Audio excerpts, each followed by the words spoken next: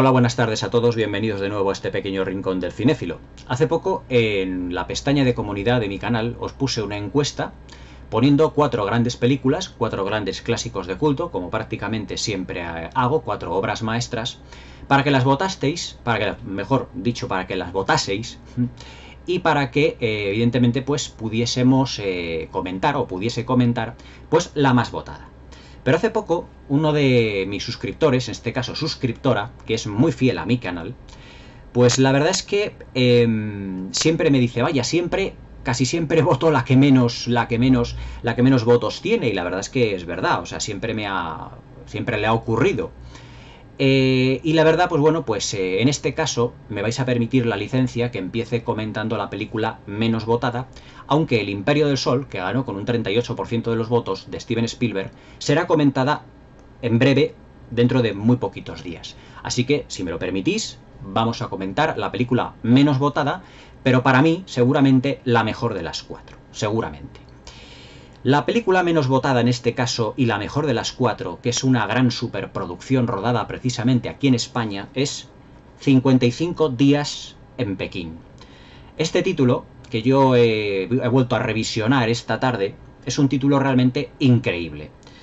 Digamos que 55 días en Pekín es al diseño de producción, o a la dirección artística, lo que a las pirámides de Egipto es, digamos, a la arqueología. Es prácticamente una película que traza una línea muy fina, en lo que es el protagonismo del diseño de producción frente al protagonismo de los actores. Me explico. Todos los elementos que contienen una película, como por ejemplo el sonido, la banda sonora, como voy a decir, la puesta en escena, el vestuario, todo ello, si sobre todo se trata de una película de época, evidentemente tiene que ser ampuloso, detallado, minucioso, muy estudiado y muy bien llevado por profesionales, por auténticos profesionales de Hollywood en este caso. Pero Samuel Bronston era un productor, el productor de esta película, que siempre destacó por tener un gran diseño de producción. Y aquí viene el quid de la cuestión. La película de la que os voy a hablar, 55 días en Pekín, es una de las más grandes superproducciones de la historia del cine. Y lo quiero vincular a un nombre que no sé si muchos de vosotros lo conoceréis, que es Samuel Bronston. Samuel Bronston, que además no era estadounidense, sino era ruso, se llamaba Samuel Bronstein. Lo que pasa es que era de origen judío, pero su familia emigró a Estados Unidos. Empezó su carrera precisamente en Hollywood, y además es que destacó precisamente por los grandes y minuciosos decorados que realizaba para sus películas. A finales de los 50 y principios de los 60, se asentó aquí en España por los bajos costes de producción que tenían la construcción de los decorados. Aquí en la dictadura, estamos hablando de la época de la dictadura del general Franco. Y entonces se hicieron una serie de grandes superproducciones que fueron, la primera de todas, Rey de Reyes, El Cid, 55 días en Pekín, La historia más grande jamás contada, La caída del Imperio Romano, todas ellas unas superproducciones con un diseño de producción, es decir, con una dirección artística prácticamente planetaria, es decir, de otra galaxia, en el que brillaban prácticamente con luz propia unos decorados gigantescos y enormes. Para 55 días en Pekín, Samuel Bronston, además, propuso a los de la Paramount, es decir, a los de la productora, precisamente, una condición para hacerse cargo de esta película, o para producir esta película, y es que él supervisase el diseño de producción de los directores artísticos, cosa que, como ya venía de éxitos anteriores como El Cid y Rey de Reyes, precisamente, pues le hicieron caso, y él confiaron perfectamente en ellos. El presupuesto de la película estaba aproximadamente unos 10 millones, aproximadamente 10 o 10, no, perdón, unos 17, 16, 15, entre 10 y 15 millones de dólares, ahora mismo no me acuerdo. Un gran presupuesto para aquella época. O sea, acordaos que Cleopatra del año 63, precisamente, fue la película más cara de la historia en su momento, y sigue siendo a día de hoy la más cara, si se actualizara, evidentemente, todo lo que es la financiación, la moneda, etcétera, seguiría siendo hoy la película más cara de todos los tiempos. Hoy Cleopatra, si se filmase, pues costaría alrededor de unos 600 millones de dólares aproximadamente. O sea, nada que ver con lo que llaman hoy superproducciones que cuestan 100, 200 o 300 millones de dólares. Aquello eran superproducciones. Películas como Cleopatra, como Los 10 Mandamientos, como Ben-Hur, 55 días en Pekín, La historia más grande jamás contada, Rey de Reyes. ¿Por qué? Porque tenían una ampulosidad que rebasaba la gran pantalla. Todo ello debido a que en los años 50, finales de los años 50, los televisores empezaron a formar parte de los hogares estadounidenses. Y entonces el cine perdió muchísima gente. Entonces, para deslumbrar a la gente a que volviese al cine, las productoras empezaron a gastarse cantidades indecentes de dinero, grandes cantidades, en producciones que no podían ver efectivamente en la televisión. Ben-Hur, Cleopatra, Los 10 Mandamientos, todas estas producciones son fruto de la llegada de la televisión, no fue fruto de la casualidad. 55 días en Pekín, rodada aquí en España en el año 1963, es una de ellas. Y además es una de las más grandiosas jamás realizadas. Es tal el protagonismo del diseño de producción en esta película que se traza una línea muy fina entre lo que es el protagonismo de los tres actores principales, en este caso Charlton Heston, Ava Gardner y David Niven, junto con el diseño de producción. Los decorados que tenían montado Samuel Bronston precisamente aquí en Madrid, para la realización de 55 días en Pekín, era en la carretera de la Coruña, lo que hoy se conoce en la zona conocida hoy como Las Matas. Hoy en día esa zona pues está llena pues de urbanizaciones, o sea, la ciudad, por así decirlo, se ha extendido. Y claro, pues ya no quedan restos de todo aquello. Pero se puede decir que Samuel Bronston fue un productor muy importante en la historia de Hollywood y también en la historia de España, porque dio además un trabajo a muchísima gente.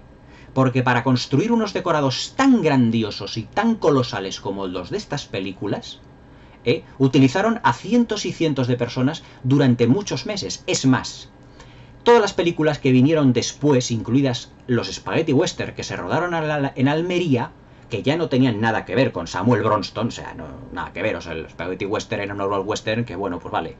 O sea, para mí son películas, pues bueno, pues para pasar el rato. Sin embargo, 55 días en Pekín y películas producidas por Samuel Bronston eran obras maestras desde arriba hasta abajo, desde el primer fotograma hasta el último.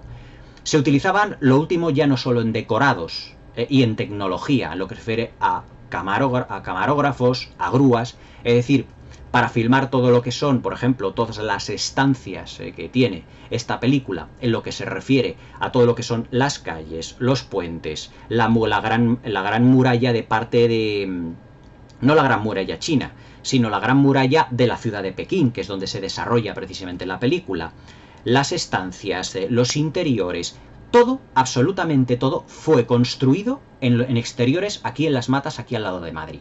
Pero es que luego hubo muchos productores posteriores que también vinieron a España a rodar. Por ejemplo, Doctor Zhivago se rodó también parte aquí en Madrid, en la calle Bailén. La caída del Imperio Romano se rodó si mal no recuerdo, también aquí en Las Dehesas, en Madrid, en la Sierra de Madrid. Es decir, que España, aquí en concreto Madrid, fue un sitio, por así decirlo, muy económico y muy saludable en lo que se refiere a las producciones hollywoodienses, para poder construir decorados gigantescos. 55 días en Pekín es una producción en el que tú estás viendo constantemente que cada fotograma tiene una espectacularidad grandiosa, ya no solo en los exteriores, sino en los interiores. Es decir, el protagonista de las películas que producía Samuel Bronston, casi se puede decir que no era ni la historia, casi ni los personajes, sino el diseño de producción. Ir al cine a ver una película Samuel Bronston era ir a decir, voy a ver una película en donde los decorados son tan grandiosos que prácticamente me voy a perder en ellos. Esto es una costumbre que prácticamente, pues por desgracia, ya ha decaído. Hoy en día, pues la gente en Hollywood le da a un botoncito, a una tecla, con una pantalla verde, pone un fondo digital y eso ya es un decorado. Eso para mí no es arte. Eso para mí no es arte, en absoluto. Para mí lo artístico es lo que se hace con la mano, con las manos de un hombre. Porque con las manos, precisamente con las manos, es donde se lleva en la sangre el arte. Si nosotros nos vamos al Museo del Prado, no vais a ver ninguna pintura digital. ¿Qué vemos? Pinturas de Velázquez, de Goya, de Zurbarán, de Tintoretto, todos clásicos, todo obras maestras, pero todo hecho a mano. ¿Mm? Si nos vamos, por ejemplo, a Egipto y vemos las pirámides, evidentemente, aunque ese sería otro tema un poco controvertido, se supone que también fueron hechas a mano. Aunque eso es un tema que a lo mejor hago un vídeo especial explicándoos todas las cosas por las cuales yo diría que las pirámides no las construyeron ni de lejos la mano del hombre. No digo que la construyeran evidentemente los extraterrestres, ni muchísimo menos, pero sí a lo mejor una civilización que estuvo antes que la nuestra y que eso quedó como vestigio. Porque yo que he estudiado ingeniería de caminos, ingeniería de obras públicas, yo sé que hay cosas que hace 2000, 3000 o 4000 años no se podían hacer. Y menos elevar un bloque de 60 o de 50 toneladas de peso de granito a 150 metros de altura. Pero bueno, eso son otras cosas. Yo os digo que cuando la gente iba a ver una película de Samuel Bronston, precisamente, lo que iba a ver era un diseño de producción genial, absolutamente maravilloso. Todo lo que son las calles, los interiores, las estancias, las habitaciones, todo es realmente extraordinario. Y además, filmado en un formato cinemascope absolutamente extraordinario, con un Technicolor maravilloso. Es decir, las producciones de Samuel Bronston eran producciones muy cuidadas. Él estaba constantemente vigilando de que sus producciones llegasen siempre a buen puerto. Para la película, para 55 días en Pekín, Samuel Bronston quiso, desde un primer momento, a un director al que se le considera, ya os hablaré un poquito más de él, a Nicholas Ray, que se le consideró, o que se le consideró en su momento, un auténtico rebelde, un rara avis dentro de Hollywood, ya que tenía un espíritu, como los diría yo, un tanto rebelde. Tenía fama de rebelde frente a los productores porque su visión tenía que ser como él admitía, o sea, como él quería. Y no admitía en absoluto de que ningún productor le diera ningún tipo de órdenes. Porque la película tenía que salir tal y como había salido su cabeza, en realidad, como tiene que ser. Pero digamos que Nicholas Ray era muy especial porque siempre llegaba casi a las manos con todos los productores con los que tenía. Con Samuel Bronston no llegó a las manos porque Samuel Bronston ya tenía una fama muy grande de superproducciones y evidentemente en ese momento, después de los éxitos del Cid y de Rey de Reyes, era el niño mimado de Hollywood. Y donde Samuel Bronston decía, quiero hacer una película aquí, Hollywood llegaba a todo su equipo, a todo su presupuesto, a todos sus constructores, etcétera, allí. Pero todo hecho realizado con mano de obra española. Es más, Nicholas Ray en un primer momento quería a Charlton Heston. Quería a Charlton Heston porque ya lo había utilizado en el Cid, lo cual Samuel Bronston no se opuso. Pero no quería a Ava Gardner. Y os voy a decir el por qué. No quería a Ava Gardner porque Nicholas Ray tenía fama de darle mucho al plimpli, es decir, de borracho. Y Ava Gardner, pues, era 3/4 de lo mismo. Y lo que no quería, precisamente, es que un rodaje de una película tan importante se juntasen el director y una actriz en el que terminasen, pues, a lo mejor muchos de ellos, aquí en Madrid, como terminó Ava Gardner, pues prácticamente borracha. Ava Gardner se la encontraron una noche tirada en una acera, precisamente completamente borracha y casi con un coma etílico. Entonces, no lo quería, pero debido al tirón que tenía Ava Gardner, que ya en los años 60 era un poco más madurita, ella no era la típica chica de 1948 que había sido descubierta por Robert Siodmak en aquella película de cine negro que se llama Forajidos, que hizo con Burt Lancaster, que, si me permitís el inciso, Burt Lancaster y Ava Gardner fueron descubiertos en la misma película, Forajidos, una película de cine negro fantástica. No lo quería, pero la productora se le impuso. Bueno, a Samuel Bronston, pues evidentemente, pues tragó con ello. Pero lo que no tenía duda es que él quería al tercer protagonista, es decir, al jefe de la colonia británica de esta película, ahora os contaré el argumento, que era David Niven. David Niven, que era un actor que venía muy del cine de comedia británica, pero eso sí, que conservaba una flema inglesa, un porte y una elegancia que solo Cary Grant podían, digamos, igualar. Es decir, digamos que David Niven era para el cine inglés lo que Cary Grant era para el cine norteamericano. Es decir, la elegancia, la clase, el estilo, la sofisticación, todo eso precisamente era David Niven. Y si en la película querían a un diplomático que diese, por así decirlo, las órdenes políticas y diplomáticas dentro de la colonia inglesa en Pekín, pues evidentemente, ¿qué mejor que David Niven? El argumento de la película es que en el año 1900, nos situamos en las épocas coloniales, Pekín estaba, podríamos así llamarlo, invadida, bueno, no invadida, sino que la ciudad de Pekín tenía varias colonias, varias zonas, que correspondían a diferentes países de Europa.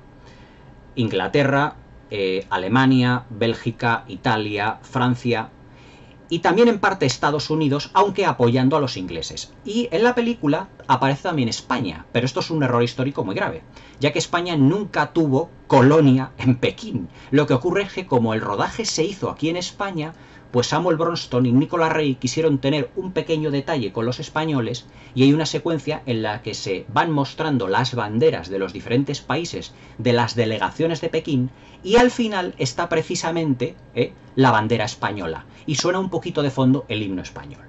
Pero bueno, fue una pequeña, digamos, licencia artística, creativa, como podría haber tenido pues cualquier otro director, por el agradecimiento a los españoles, ya que yo os digo que la mano de obra, los decorados, lo construyeron precisamente españoles, aquí en Las Matas, aquí en Madrid. Prácticamente se puede decir en la carretera de La Coruña, aquí a unos 20 kilómetros aproximadamente, 20-30 kilómetros de donde yo vivo, muy aproximadamente. Yo vivo en Madrid capital. ¿Qué más? Las interpretaciones y los actores. Charlton Heston, pues la verdad es que le conocíamos ya era muy conocido de producciones, evidentemente, si nos situamos en el año 63, venía de producciones como Ben-Hur, donde en el 59, o sea, hacía escasamente 4 años, había ganado el Oscar al mejor actor, y venía de trabajar, había de protagonizar 2 años antes El Cid, también otra producción de Samuel Bronston.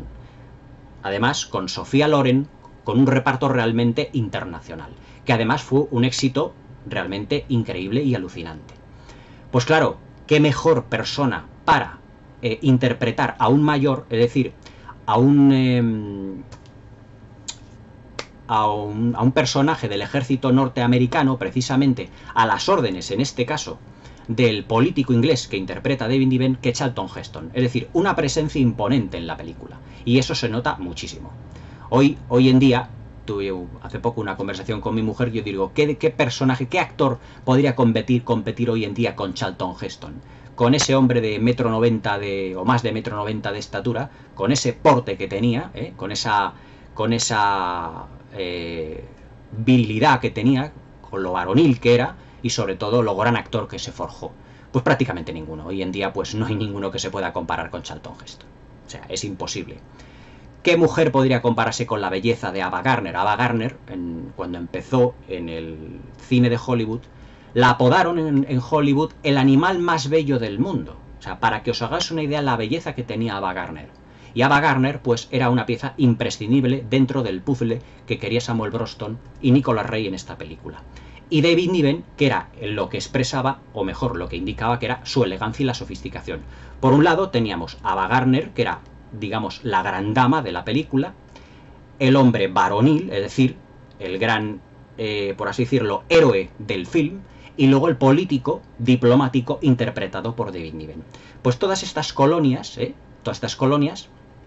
estaban lideradas por políticos y por diplomáticos de cada uno de todos los países que he mencionado.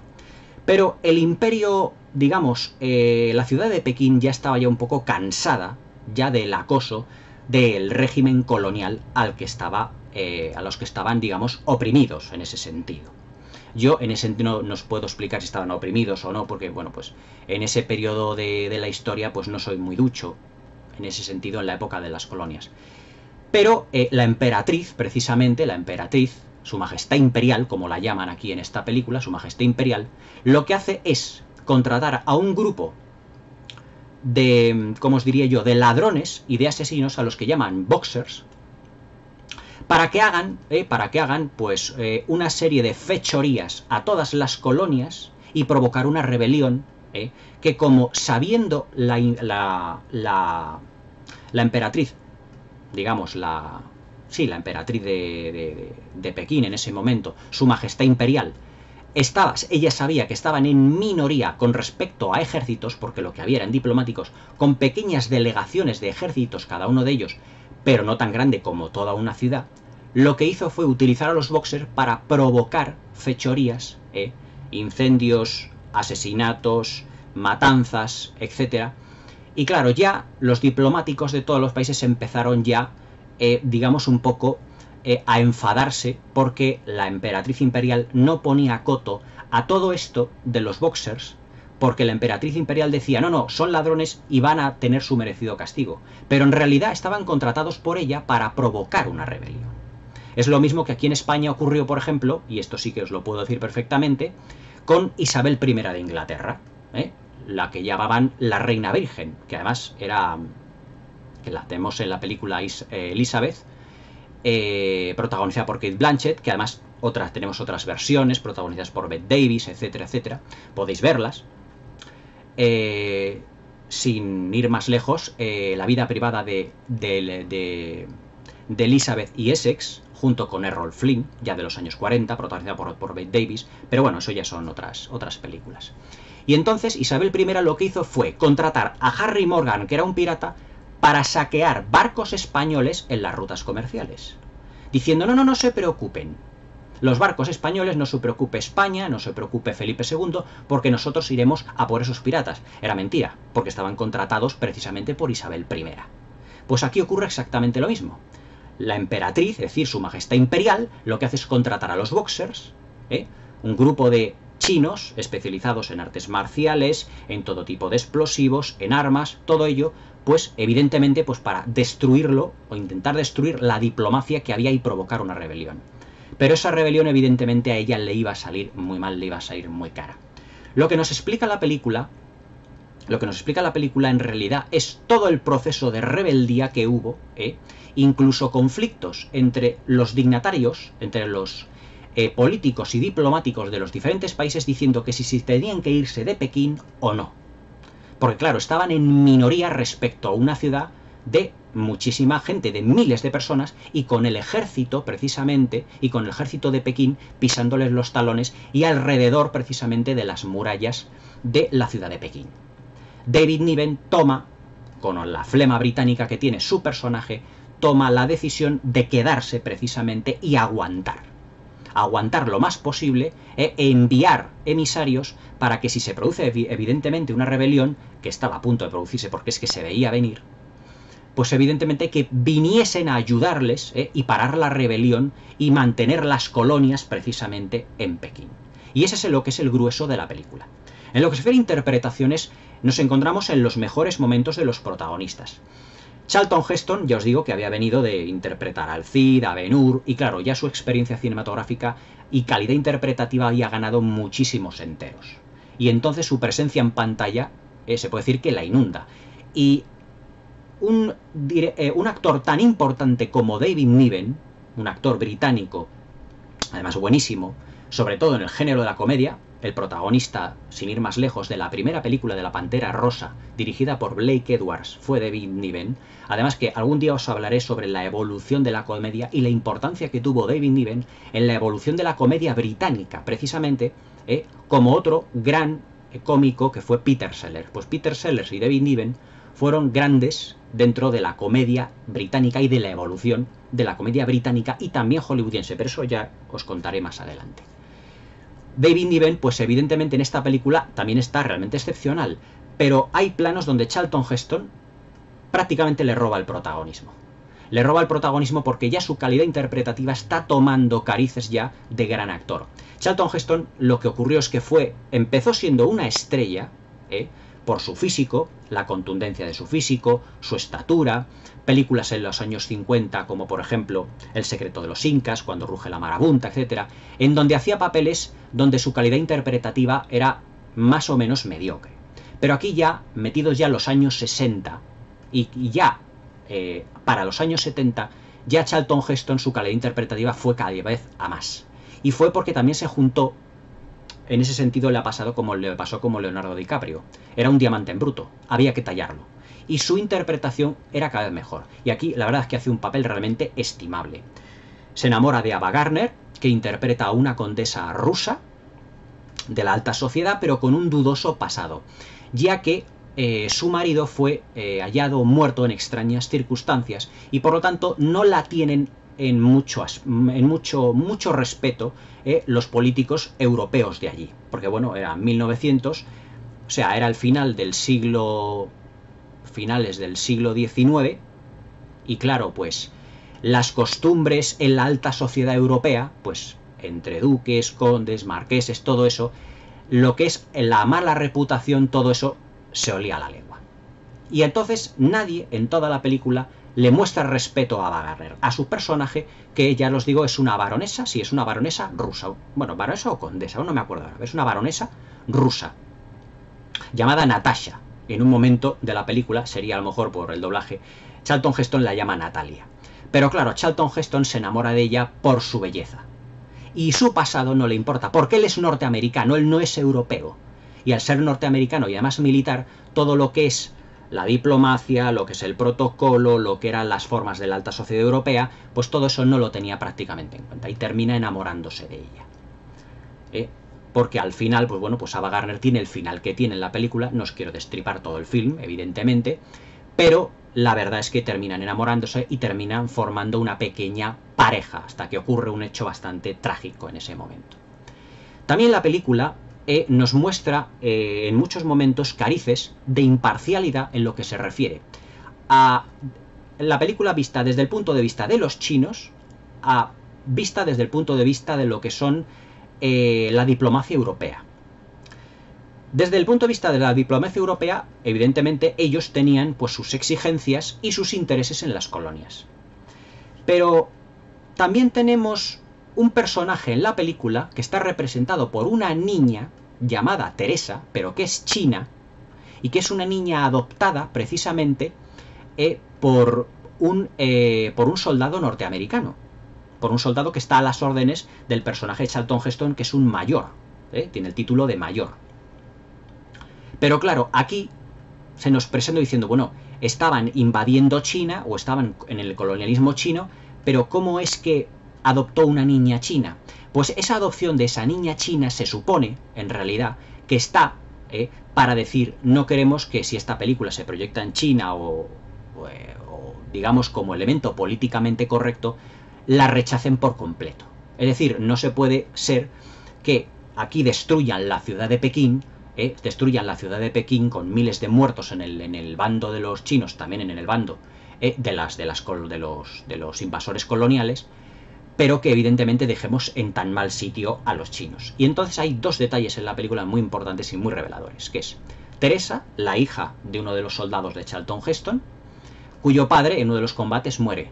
Pero al final de la película, Charlton Heston lo que hace es adoptar a la niña china.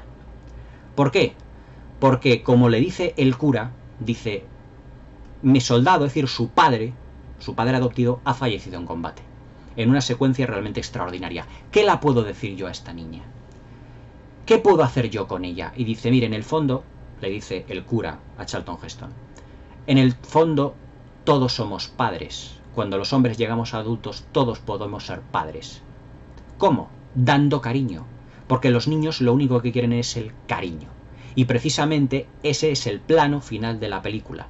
Charlton Heston, montado en su caballo, cogiendo de la mano a la niña china, montándola precisamente aquí detrás, llevándola a horcajadas, detrás, representando, digamos, la unión entre ese colonialismo y esa batalla que había habido en la película y el simbolismo chino precisamente representado en la niña. Es decir, como una especie como de tregua en la película. Es más, la emperatriz, su majestad imperial no fallece en la película, sino que es relegada, en un plano final extraordinario, es relegada, digamos ya, a una persona de más baja categoría.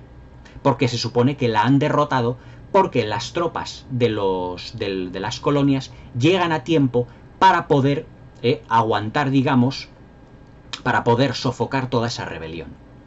Pero a lo largo de toda la película, que es una película eminentemente bélica, vemos cómo los chinos se van apoderando cada vez más y más de la ciudad y cómo van destruyendo poco a poco todas las delegaciones coloniales de los países.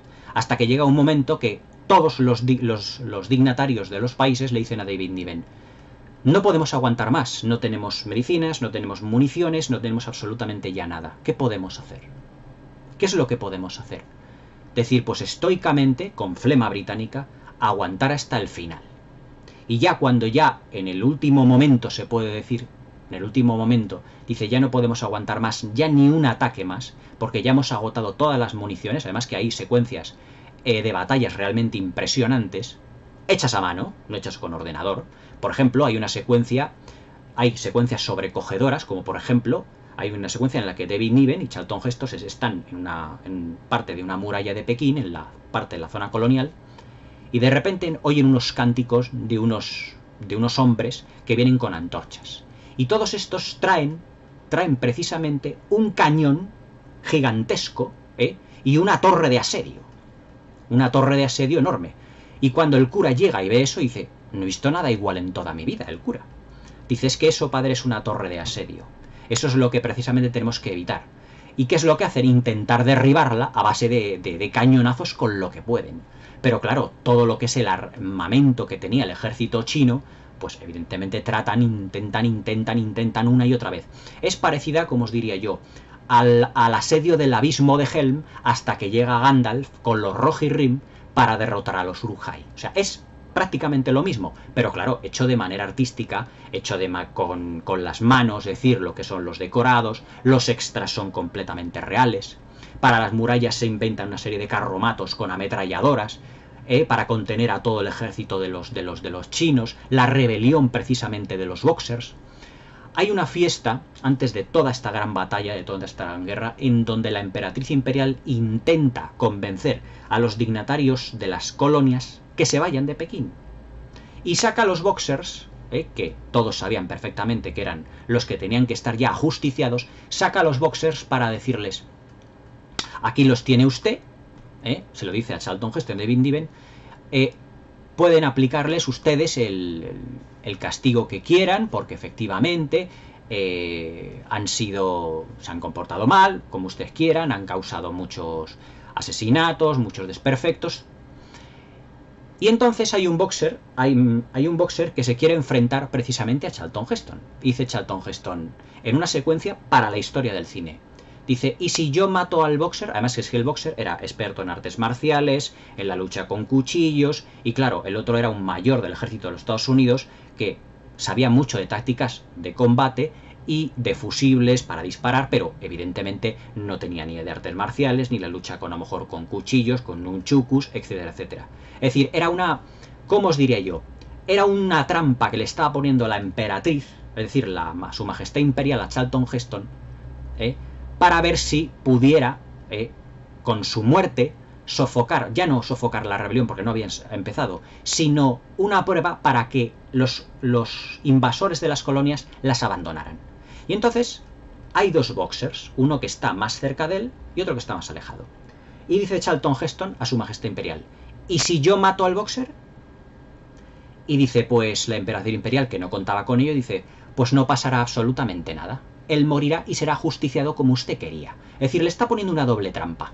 Y entonces Charlton Heston coge su sable, el sable que tiene, y no lo apunta al boxer que tiene delante, sino que de repente hace un movimiento muy rápido y le apunta con la espada, con el filo de la espada, al boxer que tiene más alejado, al que no se lo esperaba. Porque si tú tienes a un enemigo que le tienes más cerca, ese enemigo está esperando que le ataques. Pero si le tienes uno a otros tantos metros más lejos, ese enemigo no espera a que le intentes atacar, sino al que tiene más cercano.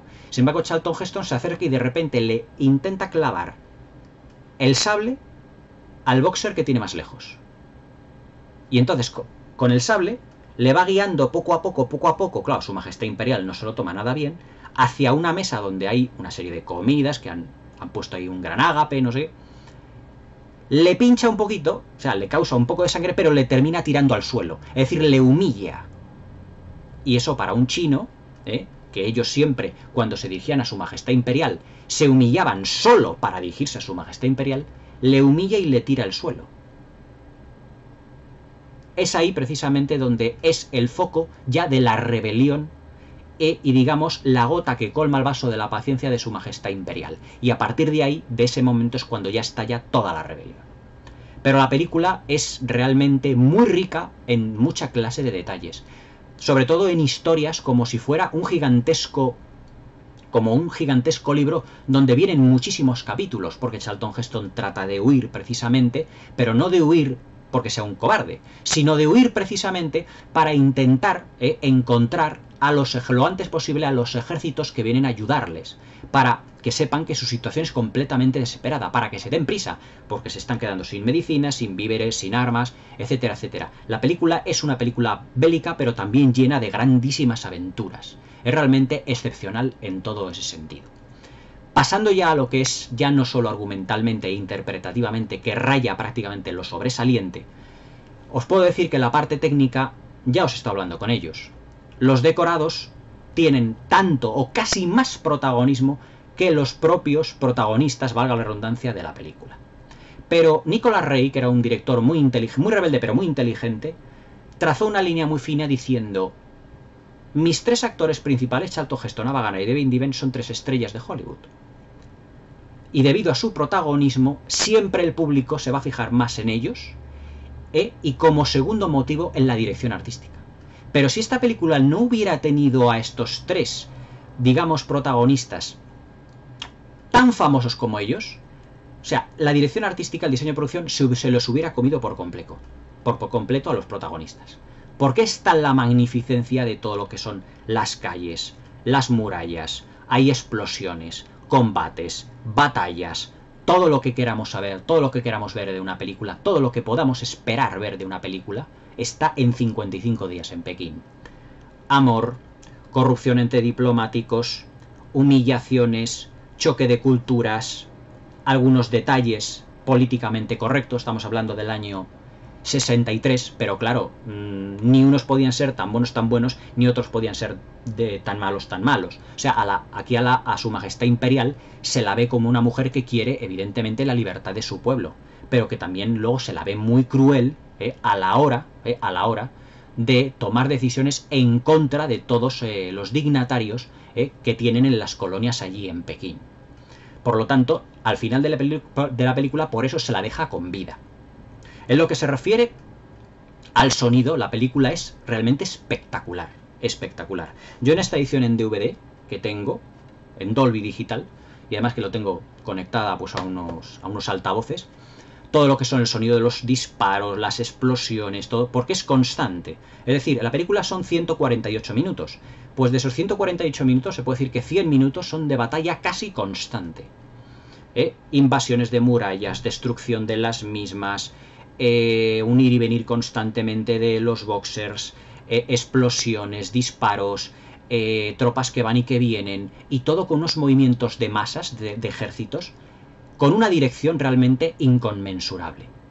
Sobre todo al final de la película, cuando ya entran las tropas coloniales, y que cada ejército está filmado de una manera totalmente distinta. Por ejemplo, cuando entra parte del ejército japonés, también, que tenían colonia allí en Pekín, se les ve pues muy, no vestido de samuráis, quiero decir, pero con sus gestos típicos, alejados, la cámara no muy cerca, por respeto, digamos, a la religión, iba a decir yo, a todo lo que son a todo lo que es la cultura japonesa. Por ejemplo, la entrada de las tropas norteamericanas está filmada como, por ejemplo, como John Ford filmaba la entrada de la caballería, de su famosa trilogía de la caballería de For Apache, la Legión Invencible, Río Grande, cómo estaban filmadas, es decir, entran en Pekín a toque de corneta, con todos los caballos, está filmada de esa manera. Se les ve a los, ¿cómo se llama esto? Por ejemplo, a los austriacos, a los alemanes con su típico gorro, es decir, todos filmados de una manera distinta para que podamos identificarlos.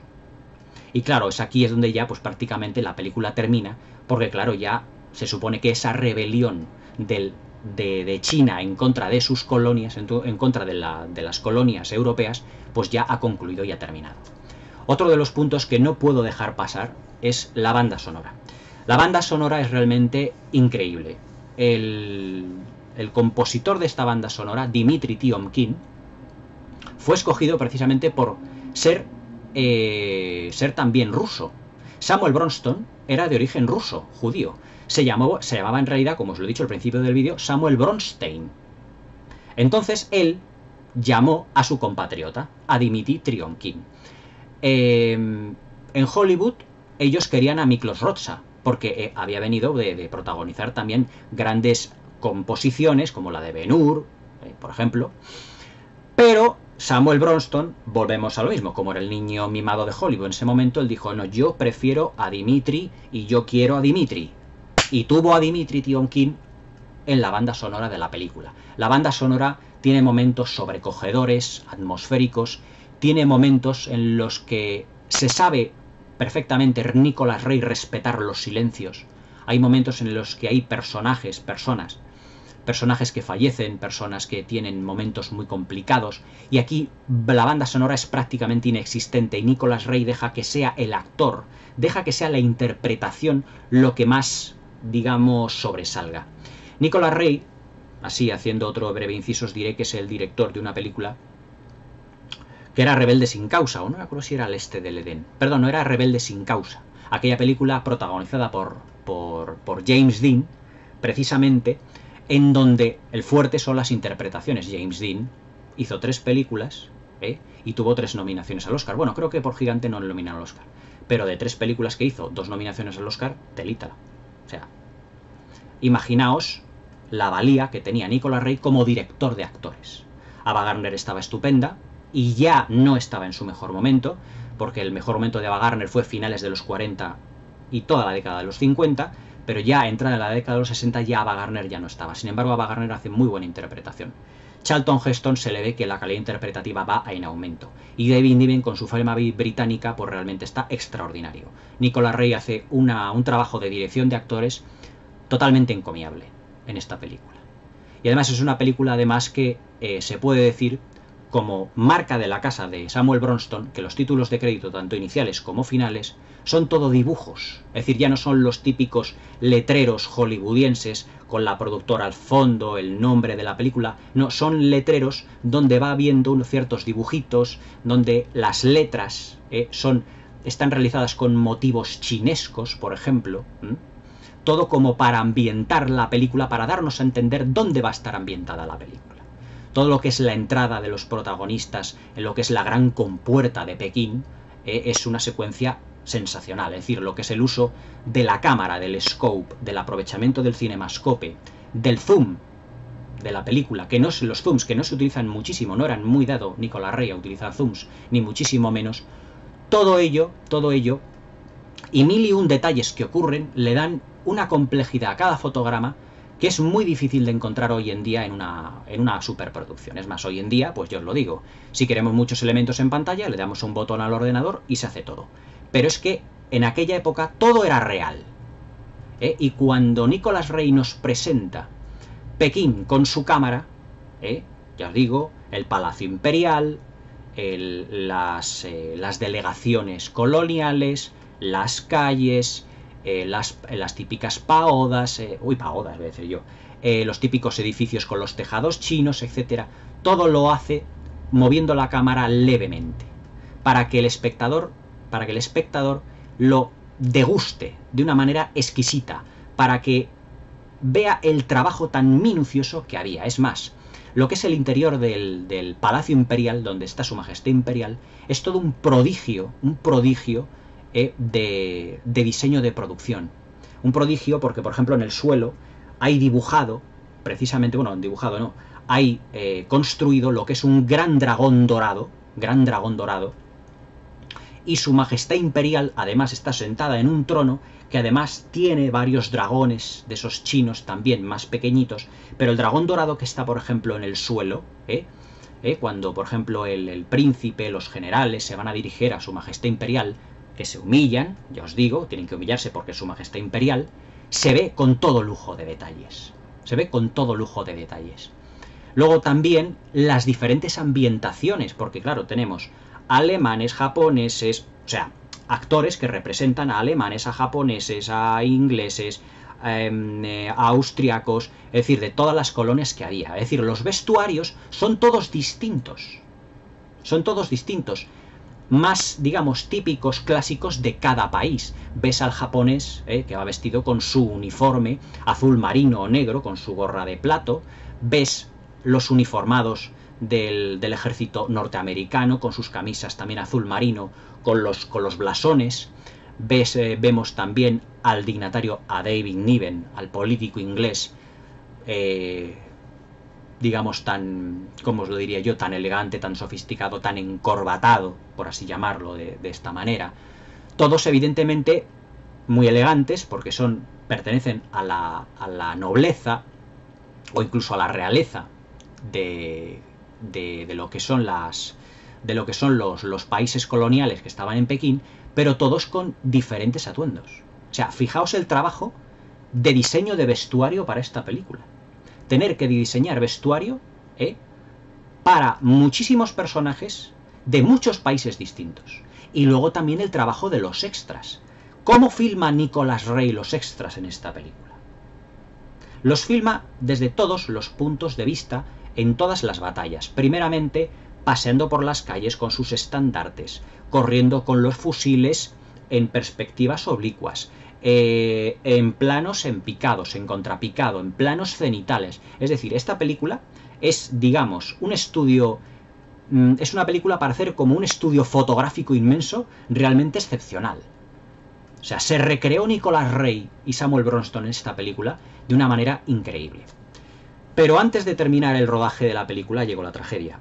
Nicolas Ray falleció, pues prácticamente casi al terminar la película. Entonces, como falleció, pues Charlton Heston, a las órdenes de Samuel Bronston, tomó las riendas del proyecto y algunas de las últimas secuencias de la película fueron filmadas por Charlton Heston bajo la supervisión de Samuel Bronston.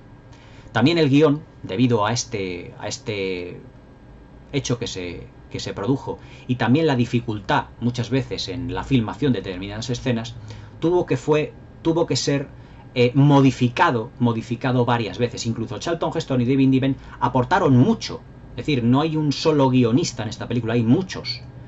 Porque la película llegó a tener tal complejidad, fue una película que se sobresalió mucho de su presupuesto, mucho.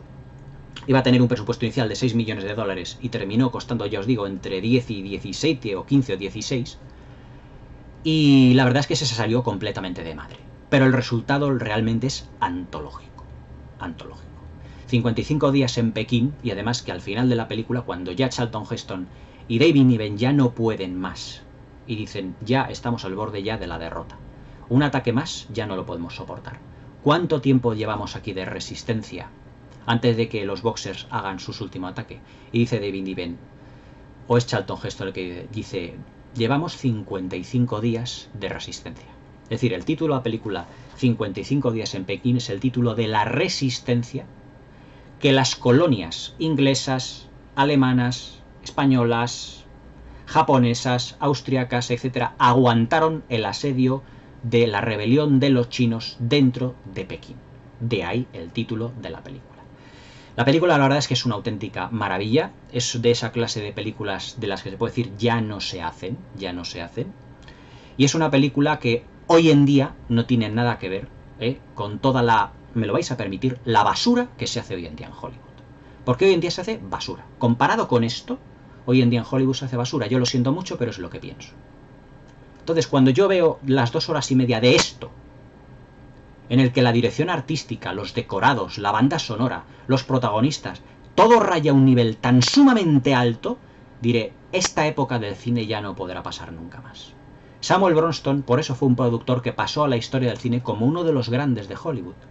Porque fue un productor que puso el listón de Hollywood muy alto por todas partes. Es decir, es uno de los grandes productores de Hollywood junto con David O. Selznick, productor de Lo que el viento se llevó, con Irving Thalberg, que rescató a la Metro-Goldwyn-Mayer en la época de cine mudo, antes del paso al cine sonoro, a Darryl Zanuck, que fue productor de la 20th Century Fox en la época de John Ford, en la época de las uvas de la ira, y otros tantos productores que, bueno, ahora, pues bueno, tampoco me acuerdo absolutamente de todos así a bote pronto, pero Samuel Bronston tiene una importancia capital. Después de esta vinieron la caída del Imperio Romano, vinieron ya os digo, la historia más grande jamás contada, vinieron muchísimas otras películas. Pero claro, todo esto fue mermando las capacidades económicas de Hollywood, porque eran películas extraordinariamente caras. O sea, esto hoy en día, además de ser un producto inigualable, pues claro, pues hoy en día dirían, pues ¿cómo recreamos Pekín? Nada, le damos a un botón y ya lo tenemos hecho. Martin Scorsese, cuando rodó Guns of New York, en el año 2002, con la productora de Harvey Weinstein, quiso recrear las calles de Nueva York, o parte de las calles de Nueva York, haciéndolo todo, se supone, o sea, haciéndolo todo de manera manual, a mano. De ahí la grandiosidad que tiene Guns of New York. Martin Scorsese quería hacer su propia película épica, y realmente lo consiguió. Y además, si os dais cuenta, con 3 protagonistas, 2 hombres y una chica. Qué gran casualidad, que era Daniel Day-Lewis, Leonardo DiCaprio y Cameron Díaz en ese momento. Pero claro, no podemos comparar. O sea, Daniel Day-Lewis era muy buen actor en ese momento, prácticamente a la altura del David Niven de aquí. Pero Leonardo DiCaprio no estaba ni a la altura de Charlton Heston ni junto que lo huela. Leonardo DiCaprio se ha convertido en un gran actor, pero claro, del Leonardo DiCaprio de Guns of New York al Leonardo DiCaprio de ahora hay un mundo. O sea, en la época de Guns of New York, Leonardo DiCaprio era un actor que se estaba forjando. Ahora ya es un gran actor. Y Cameron Díaz pues se quedó ahí. Pero Martin Scorsese quiso hacer su propia 55 días en Pekín. Es decir, quiso hacer, él lo dijo en una entrevista, en una revista de cine que no voy a nombrar por no hacer publicidad, pero quiso hacer sus 55 días en Pekín, porque quería rodar en calles, en casas, filmadas directamente, todo construido en exteriores, no en estudios, sino en exteriores. Y claro, con un elenco de protagonistas fantástico. Pero claro, si yo tuviera que escoger entre Guns of New York y 55 días en Pekín, esta le da 1000 vueltas. No hay por dónde cogerla. Y además es que Guns of New York, por desgracia, es una película que estuvo muy recortada por los Weinstein, es decir, no es una película íntegra. Sin embargo, 55 días en Pekín sí que es una película completamente íntegra. Aunque, evidentemente, ya os digo que Nicolas Ray falleció al final de rodaje, y Charlton Heston tuvo que improvisar algunas correcciones de diálogos, dirección, etcétera, etcétera. Pero prácticamente casi ni se notó, porque como tenía Samuel Bronston, y la experiencia de Samuel Bronston brillaba completamente, pues le fue más o menos supervisando y dirigiéndole para decirle, mire, a Charlton Heston en Hollywood le llamaban así, le llamaban Chuck directamente. Mira, Chuck, puedes hacerlo de esta manera, lo puedes hacer de esta otra, te puedes coger la cámara, situarla de esta manera, y Charlton Heston, aunque se ponía delante y detrás de la cámara a la vez, en las últimas secuencias de la película, se puede decir que fue Samuel Bronston el que dirigió la última parte de la película. Pero si queréis ver una auténtica maravilla de película, que de todas las 4 que he escogido es la mejor, es una pena que quede la última, pero es la mejor de todas, con diferencia, pero vamos, con una diferencia abismal. Pero Imperio del Sol también es muy buena, Pozos de Ambición es una obra maestra, yo la considero una de las mejores películas del siglo XXI, pero 55 días en Pekín, esto es arena de otro costal. O sea, esto es Boccati di, como dirían los italianos, esto es Boccati di Cardinali. O sea, esto es para gustos exquisitos, por así decirlo. Esto no es para decir, no, si es una película vieja. No, esto es para gustos exquisitos. 55 días en Pekín, Samuel Bronston, Charlton Heston, Ava Gardner, David Niven, Dimitri Trionkin, Nicolas Ray. Es que era un elenco de maravillas cinematográficas y de personalidades cinematográficas como ya no lo habrá nunca más. O sea, ya nunca más vamos a poder disfrutar de películas de esta categoría. O sea, a mí cuando yo qué sé, me dicen que van a estrenar la nueva película de Batman y dicen que es una superproducción, o sea, es que yo me río. O sea, pero ¿cómo pueden llamar superproducción a esto, por favor? Donde hay una fotografía oscura, donde no se ve nada, donde está el personaje con el mismo traje de siempre modificado. No, ahora le vamos a cambiar un poco el papel, pero es que es lo mismo de siempre. O sea, es que vemos fotogramas, un fotograma, uno solo de esta película, y vemos el tráiler de Batman, y es que el tráiler de Batman se queda a la altura del villancico. O sea, por favor, o sea, Hollywood está muriendo hoy en día, pero muriendo. Lleva ya muriendo ya muchos años. Por eso os digo que 55 días en Pekín, debido a que me lo ha pedido esta persona especial que es muy de mi canal, una seguidora muy importante para mi canal, ¿qué os puedo decir? Siempre me ha dicho, vaya, pues siempre opto por la última, debe ser una persona pues de más avanzada edad o por lo que fuera, porque seguramente la conocerá, o a lo mejor no, a lo mejor es una persona incluso más joven que le gusta más el cine clásico, lo que fuera. Dice, vaya, es que siempre voto a la que da la última. Bueno, pues he querido darle este pequeño gusto y decir, bueno, pues la voy a comentar antes. Espero que le haya gustado a esta persona mi comentario de 55 días en Pekín, pero claro, productos como estos ya no se hacen. Productores como Samuel Bronston ya no hay. Es decir, ya, ¿qué productores puede dar a la altura y a las exigencias de Samuel Bronston? Absolutamente nadie ya. Por desgracia, absolutamente nadie. Como Samuel Bronston ya no lo hay, ni lo habrá jamás. Jamás. Hoy en día, grandes productores que pueden estar a la altura, por ejemplo, de Samuel Bronston. Harvey Weinstein era uno de los grandes que tenía la Miramax, pero ya habéis visto lo que ha pasado. Ya habéis visto a lo que se dedicaba, ya habéis visto a lo que ha sido condenado y todo lo que ha tenido. Steven Spielberg es un gran productor, pero el Spielberg que tenemos ahora mismo ya no es el Spielberg de los años 90 o de los años 80. Ya Spielberg ya tiene, hombre, ya tiene 70 y tantos años, ya no puede producir grandes superproducciones como las que hacía antes. El Imperio del Sol también es una superproducción al estilo de 55 días en Pekín en lo que se refiere a grandiosidad, aunque no en resultados. O sea, es una gran película, para mí que es casi una obra maestra, pero no es, digamos, de lo mejor de su filmografía. Pero os puedo decir, sin temor a equivocarme, que como esto es, lo siento, pero es inigualable. Esto debería estar en una, como dice Indiana Jones, esto debería estar en un museo. En un museo. Ya no a lo mejor por la antigüedad, sino por la calidad. Por la calidad artística que atesora esto. Esto es una película. Esto es una superproducción. Esto es un elenco de actores. Esto es un diseño de producción. De verdad, no es por nada, pero películas como esta no serán nunca más. Pero estas películas son inmortales. Inmortales. Y mientras el cine exista, seguirán existiendo películas como 55 días en Pekín. Películas donde un solo fotograma causa la admiración de toda la platea entera. Porque hay tal cantidad de información, tal cantidad de detalle, y es todo tan cuidado y tan mimetizado, todo tan mimado, que no parece una película, parece la realidad, parece una auténtica máquina del tiempo. Ahora, pues bueno, pues se hablarán mucho del Batman, de la nueva Liga, otra Liga de la Justicia, vale. Superproducción es esto. Esto es una superproducción. Lo otro no son superproducciones. Son, digamos, superproducciones para los que no entiendan. O mejor dicho, superproducciones pues para los que digan, bueno, pues me conformo con esto. Pero claro, yo os voy a, y con esto ya termino, os cuento una pequeña anécdota.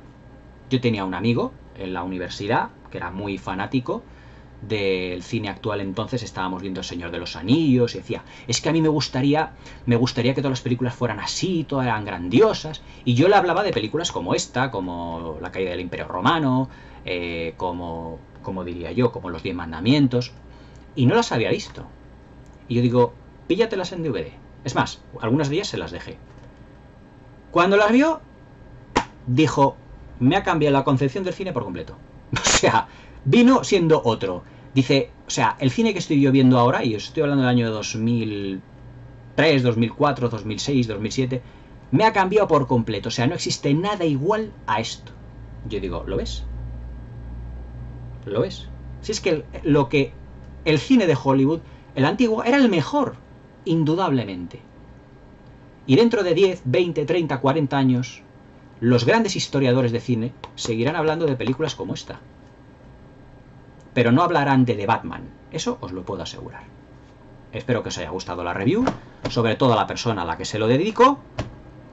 Y hacedme caso, 55 días en Pekín es una película que nos va a dejar indiferentes. Es más, os va a dejar los ojos, mejor dicho, ojipláticos.